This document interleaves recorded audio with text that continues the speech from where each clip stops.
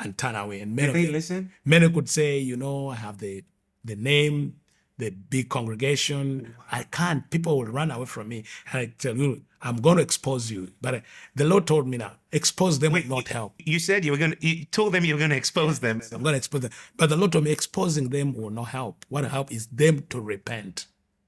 But you know, for years I feared. I knew how dangerous it was until 2016 when I shared my testimony. You know, I had never shared my testimony until 20. What you heard, it was my first time sharing my life story. Yeah. So just for breaking in the story here. So I got you the testimony you shared at Africam. I got it maybe somewhere around 2017. Someone was there that heard the testimony and then gave me the CD, and I've lost it now. But I remember being so marked, not by this part of the story, but there's some where we're going. And it was connected with intercessory prayer. I was so marked. And then as God will have it, I knew someone that knew you. And then they connected us, and you know, here we are today. But this is just incredible to just hear how, you know, you were so deep in the occult and how you were helping even men who were serving God, in quotes, but using demonic powers at 4, at 5. The wisdom you were dispensing to them, was it just flowing through you without you even aware where you got it from? I don't know where it was coming from. So you're just giving instructions and directions, and because at that time when I left that place, that cave, the spirit world and the natural world could be before me 24 hours. I could see them like I'm looking at you. So I could know people's past. I could know where they're coming from, and I could know what is done in secret. I could know who will be the leader, who will be the president, what will be done, who needs to, and all that. So like everything was bare. I could see. In fact, it's when I got born again that the Lord cut that because it was not God. He had to cut that. And many people, when they get born again, who have been the occult, they don't want to let go that. So they confess Jesus, but still hold on to those powers. Because the powers, they have their advantages and what they think advantages. So the Lord had to lead me into years of deliverance to cut off that. Now we're gonna touch the deliverance at some point, because that's a huge thing. Because many Christians don't believe deliverance is something that you need to have as a Christian. We'll deal with that later. So at this point, you're 6, you're 7, you're 8. So I am 6, I am 4. Now I'm doing that. When I'm 7, I am made a territorial witch. Explain to us what that means. In the occult, the king of darkness, it's about territories, as the church should have been. Now, each one has a territory. And in that territory, you have like maybe 5,000 or 7,000 witches in a certain territory who are submitting to your powers and to your altars. So you are like in charge of a territory. So I was in charge of southern Uganda and northern Tanzania. So like that was a region which is called the Kagera-Katonga region. Kagera is a river. So they divide the nations by rivers or by mountains. So say from this river to this river is your territory. So I'm made in charge of that territory when I'm 7, the youngest. 7? When I was 7. And did you say you were in charge of 5,000 witches? Over 7,000. Over 7,000 witches. Over 7,000. And I was made that as a 7 years. When I was 7 years. So, and, you know, when you are made territorial, leader in the territory, your first assignment is to destroy the one you're taking over from. Wow. So you have to destroy and kill all his priests and his witches, destroy everything, even him, for you to do that. So was that like your first act of murder, so to speak? Yes, the first assignment, because the king of darkness is about destroying. The devil came to kill, destroy, and rob. So you destroy others for you to reign. So the one who is in charge knows if another one is coming, they're coming to fight and kill. So there's that destroying. So I take over the territories, and they say this. I remember they would say, this boy is wicked. Others, like they had that human side of them, like pity and love, though they were in witchcraft. But now me, who didn't have any emotion, you know, like raised without emotion, raised without a family, raised in bitterness, raised in anger, in rage, in all kind of hatred. So I could not feel anything like pity, like mercy and what. So when you killed them, this you did it by spiritual means, spiritual, obviously attacking them in dreams, sicknesses, all sort of things, and they knew they were in a battle with you. With me. Because now they know another prince is rising, has to destroy the others. So they attack, you attack. And then if you are able to destroy them, let them, when they die, then you take over the territory. So I took that territory for only 2 years. After 2 years, I had finished my assignment. And then I am made to be a trainer. Of other witches? Of the now, or whoever wants to be trained. Trained in anything? In occult. In occultism? In astral projections, in what. So by this time, you're 9. I'm 9.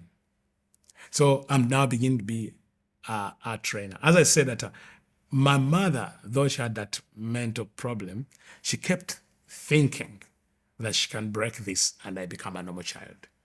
By the way, I'm also going to school at the same time. You were schooling? Yes. Well, how are you relating to all the other children? Because you said earlier that no one wanted to play with you. Yes, but my mother took me to school.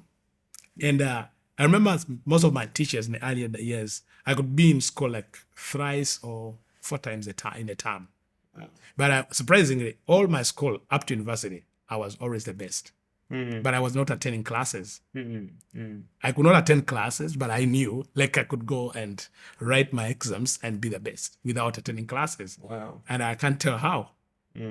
So I could, as a child, I want to be, there's a part of me always that longed to be a child. You know, even when I grew up and I became born again, I found that I find so attached to children than there's like a baby in me still longing to be a child.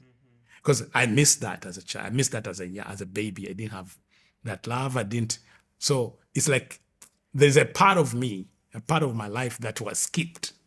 And it's not only me. I believe I've found many people in my ministry of deliverance that their child was robbed of. Their childhood was robbed from them. Yes. Yeah. And I know some people watching right now, that may be one of the issues you're dealing with, that your child, a part of you was trapped as a child. There are many that by rape, by abuse, by trauma, exposure to witchcraft, death, accidents, and all this. And when your child is taken away robbed from you, you may find it hard to function in an adulthood unless the Lord can trace back the moment of the trauma, the moment of the abuse, and move and carry you through to bring to a place of healing.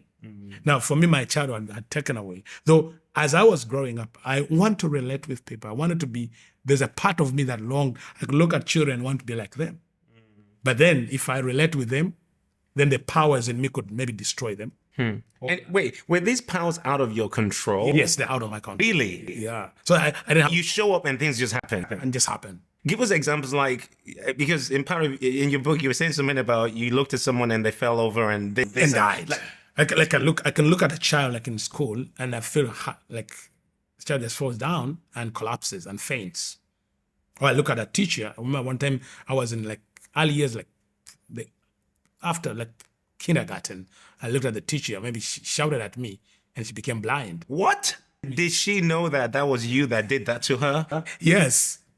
Because I think she tried to find out and say, you can. So she came to me and said, can you help me get back my sight? I said, okay, you will. Then the next day she was seeing. And so she told everyone in the school. Then they feared to send me out of the school because they didn't know what will happen to the school.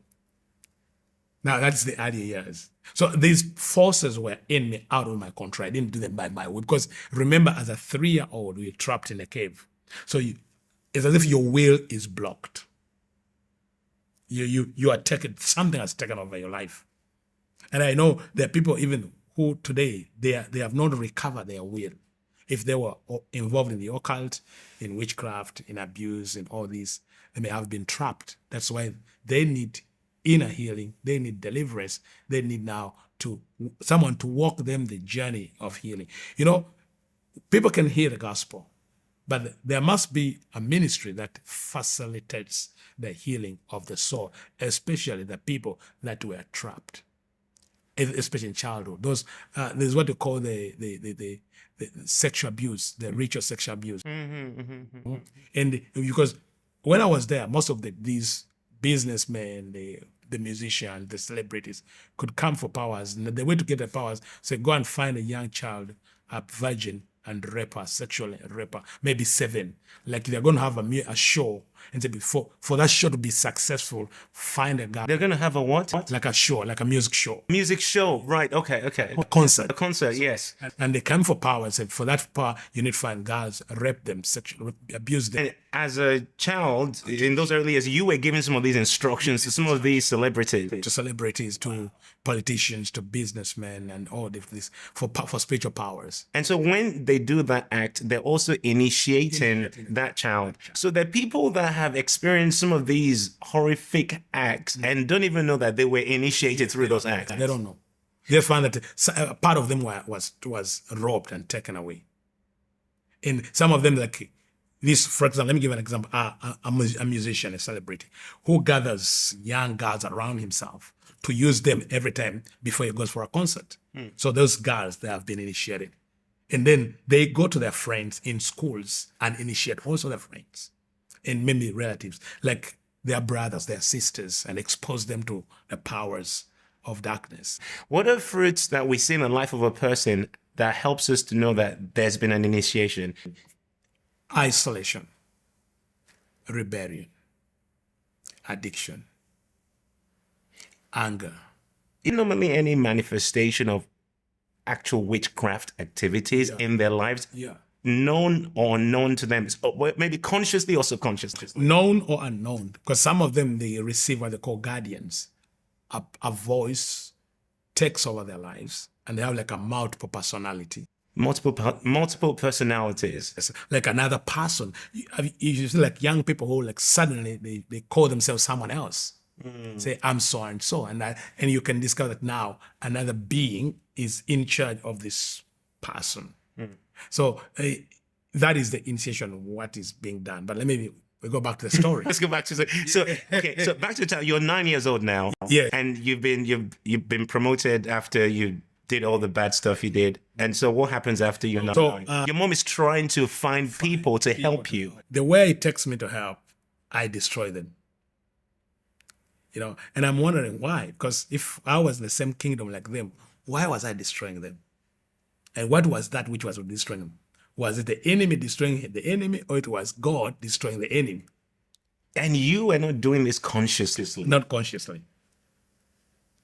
So even today I'm saying, why was that? Was the Lord involved in my life, or was something else? So when I was 12, that's when the story I said about your mom taking you to Tanzania, somewhere in Tanzania, to a witch that was going to break the covenant, the marriage covenant that your mom believed was what's controlling you, because you wanted you to be a normal child. So on your way to that witch is when she told you the story of your birth. So on my way to there, so she told me the story of how I was conceived, what happened in conception. To her, like, maybe she was trying to convince me to say, please, let's seek help. And I could see she was begging. A lot of things happened during that journey. I could stir up the ocean, then different things. Then she could beg, please don't, please don't. So we traveled to this place in Pemba. When we arrived there, I tried to attack that man as a child. And the man begged. I remember he took me and said, yeah, man, I am old. I've finished my work. Don't waste your power on me. So like he begged, and I did not attack him. And she told my mother, she said, woman, no witchcraft, no diviner, no witch can help this boy. If you need him to be helped, take him. That man was called Sultan. He was a Muslim. Said, take him to the church. Wow. And that's a witch. Tell my mother, take him to the church. No one can help him. And my mother said, no, you know what? And the man told my mother, now let me show you that no one can help him. So he built a hut. A hut? Like built with mud and what? And put me in the hut and covered with grass and set it on fire. My mother was crying. My son said, no, you wait. So when the fire died, I was not in the hut, in that small house. My mother said, what happened? Then he told her, he's back home. You go home. He has returned home. not using now the ship, not using the car, and now I projected back home. Now that's something you've already been doing before then. Right? Now that one I knew how to do it. I began that at the age of 5, 6. So I projected, left the heart, traveled back home, because from the age of 6 I could do astral travels, travel from different places without using natural means. So that man tells my mom, take him to the church.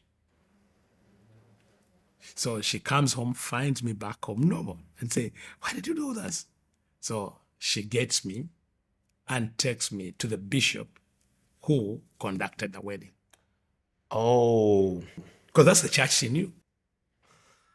This is the bishop who conducted the wedding, marrying you to a 60-year-old witch, and then your mom takes you back to the same bishop. To say, she tells that bishop, about me, what I've been doing, and he says, yes, I've been hearing about him, but I think we can help him. Now I realized later he accepted me, not to, because now it was like put me in school, in the seminary, like join like the seminarian to be a priest. But what he wanted was to investigate these powers. So he puts me in the school, in a seminary, and he is interested. I remember he could call priests and bishops to just sit around me and like investigate and ask me questions, interview me about the powers, about the forces. And wait, I'm trying to understand. When you say they took you to, so you were in seminary at 12? 12. And what, were you learning the Bible? So what kind of... I'm supposed to be like in a normal school, because early in of the seminary, you're like in a normal secondary school. Okay, a normal secondary school, but it's called a seminary. But it's run by what, the church in Corpus. Yeah. Okay. So I am there, and I thought I was now going to be like a student, go learn about the Bible, learn about God, and become a priest. But I realize now they were just interested in your power. Just interested in, not even to educate me, they're interested in the powers. So most of the time I am there from the age of 12. That year I'm there, I am living in the same house with a priest. With the priest. And every night they come with books, with what to ask me about the spirit world. So they ask me this and that and that. And I enjoy it. I enjoy being in charge. All my life, I always enjoy like to be in charge, to control others. Like there was a deficit in me, and so I'm telling them all the powers. They are writing this. They are like researchers. They are sitting around me. And this is going on for what, years? For years. For a year. So in all that time, you didn't learn anything about Jesus, about scriptures, and you were in a Christian environment, in quotes. Yes. That's really sad. But I'm not learning about God. I'm learning. I'm not learning. You're teaching them. They're teaching from me. So I remember the end of the year, this bishop and another priest, they told me, we have a scholarship for you. We are going to send you to Europe for training. And so in me, I thought, okay, I needed, but they told me they needed the consent of my father. So my father, that's the first time I'm seeing my father. He came to the school to sign the papers, sign my documentation, because I was now going to be moved from Uganda to go to Europe. And so with Bavin, so you're 16 now? No. I'm 13. You're still 13. Oh, you said 4 years later. No, 2 years. 2 years later. So, okay. So I'm 13. And now they tell me you have a scholarship to go and study in Europe. Now, for the sake of the sensitivity of this, I may not mention where. But can you tell us the country? I was in Italy. Italy, okay. In Italy. So I'm sent to Italy for... At 13? At 13. Okay. And I'm going without my mother. I'm going alone with a group of priests. I remember the 2 priests had come from Italy. They were sent from Italy to come and investigate, interview me, and make a recommendation. So they asked me about the spirit world, about this, about powers, about systems, and they're like, "Wow, how did you know all this? You've never gone to school, you've never gone to a theology or to any university, but you know all the things about the spirit realm, about history, about what, how?" So they say, "Oh, we need to go with you." So they carried me. Now I leave. So the priest that came from Italy to investigate first, and then they took you with them. I go with them. And they come. They pick me up. We go through Rwanda. They picked another girl there. I don't know why. Who had also strange powers. So we fly from Rwanda to. Now we go through France. We stay there for some time. And that's when I discovered that now I have been being moved from the African witchcraft, the crude witchcraft. Now I'm being initiated into the occult. Okay, because you said that in the beginning that there's a difference between witchcraft and the occult. Can you just give us a basic definition of what's the difference? The occult is a system. Actually, it's Satanism, the alliance of those that subscribe to Satan. Most witchcraft is about people's traditions and cultures, the things they do and what they learn. But now this one is literally the worship of Satan as a figure. There, in witchcraft, it's about the spirits and the powers. But now then it's like a system, a religion.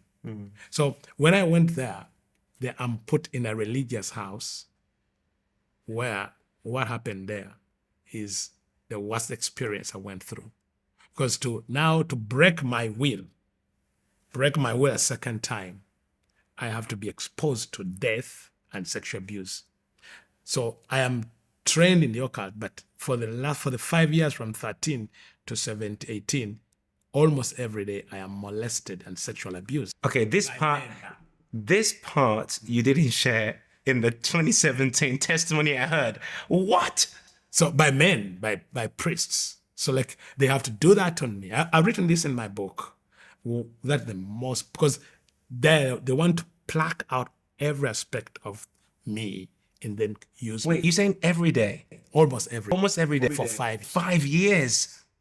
So you during the day you are like what they call the altar boys. You are like you put on the. And this is in a religious Christian in quotes environment. So during the day you are like a trainee being trained to be a priest. So you put on the gown, you attend mass, you do all this. Now when you go back to the house, what you call the brother's house, you are molested as a boy by these men. They abuse you, they do all kind of things to break you completely. So my question is, with all the powers you had, could you not use it against them? You could not. You could not? How come?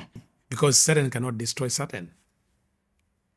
But then you could use the powers to destroy other witches who are lower than these ones.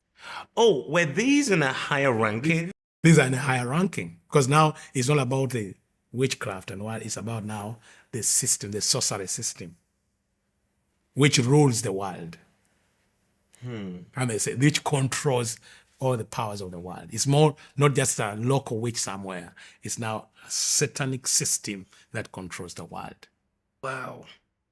Okay. So that went on for all these years. And by the time you're what, 17? 17, 18, towards 18. Towards 18, 19. What happened at that point when you finished? Actually, my finishing is during those abuses and many years, I also got a mental breakdown. And they took me to a psychiatric hospital for 6 months and then pumped drugs. This was in Italy? Yeah, and psychotic drugs every day, in that I may be completely mad, that I never recover. It's like a way of like, now they're going to use your body, but you're not in your senses. So the 6 months I'm in this hospital, like a psychiatric hospital, they are trying to access information without my will. Like they sedate you and begin to investigate, ask you questions. So they're using you to access information, but you're not but the pain you go through, because like when they put you in these drugs, like the antipsychotic drugs, they sedate you, and then also they are molesting you in that state, sexually molesting and abusing you in the hospital. And so all that we go, they are crushing your soul in order to use your soul to get information that they cannot access.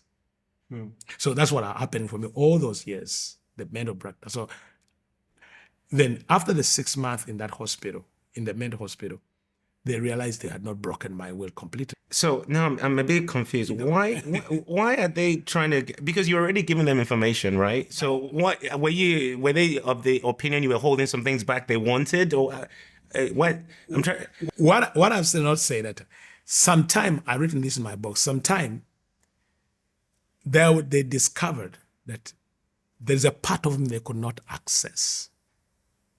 It's as if God was involved and sealed a part of my life that they knew there's something I know, but they could not access it. So to do that, they had to molest me, abuse me, sedate me, drugs, put me on drugs and different things in order to break me, because there's a part they could say like, we have had different people who have been used, but this one is a bit blocked somewhere. What I'm trying to say that God, in his power, in his ability, preserved me even when I didn't know him. There's a part of me that he kept sealed, because if they had accessed that, maybe it would have been hard for me to come out. Yeah. So where are we? So we're towards 17, 18. You're coming towards the end of your time in this place. Oh, yeah, you're in the hospital. They're trying to break you some more with all these drugs and all these horrible things going on. Yeah. So I'm there. So they tried to break me and they could not. So they decided to bring me back home. To Uganda. To Uganda. Now in that state. So I return home and I go by like a normal child, normal young man, like for 6 months, and then the two priests come back to Uganda to now From Italy. From Italy again to what they came. When they came to me, now they came with love. Remember the first time this man came to me, he said, "I want to be your father," and that is what opened me up. Now, when he said, "I want to be your father, I love you as a father, I am your father," the moment he said, "I want to be your father," now I had to reveal whatever. Like I opened up all my senses, and then because I had opened up, so he takes me back. And then that's when he's in there initiating me as a guardian master, because I have openly accepted what they want. So it takes you back to Italy. Now, this time willfully. Because remember, before I was deceived. When I was young, I was taken by my mother. Mm-hmm. When I was taken to Italy, I went not knowing. Mm-hmm. So they could not break my will. Mm-hmm. So they bring me back. He comes to me this time and then he says, "I want to be a father." I remember I missed a father. "I want to love you." So he came with love. And for the first time, I felt accepted, loved, accepted. And now, because he said, "I want to be I want to love you. I want to be this to you. I want to do this. You're a good man." So I open up to him. Now he's embracing me as a father, and I'm the baby in me is longing for a father. So when he texts me, then he says, "Oh, you know what? Okay, now we're not forcing you. You're going to be a guardian master." So what does that mean in comparison to what you'd been before? Was this obviously sounds like a higher this is a higher level, but also now you are you're not a servant. You now appear with them. Like now you've come into the ruling circle to decide. So the time you're going to make your guardian master, you return to Africa, because there are always like 5 in the entire continent. You're going to be part of this council of the guardian masters, and you're going to do our work, our system. You're not going to be in the witchcraft. You're going to be normal. You're going to go to university.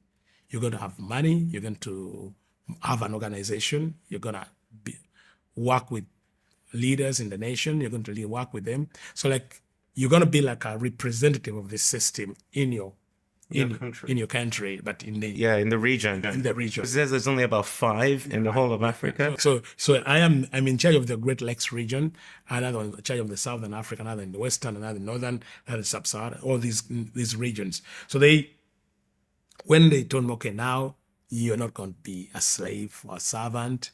Now you're one of us. You're a leader. You're a great man, and all this. So they ordained me as a guardian master of that system. And they sent me back to Uganda to go and identify 5,000 young people and recruit them. Now, the young people, I was to find the young people in universities.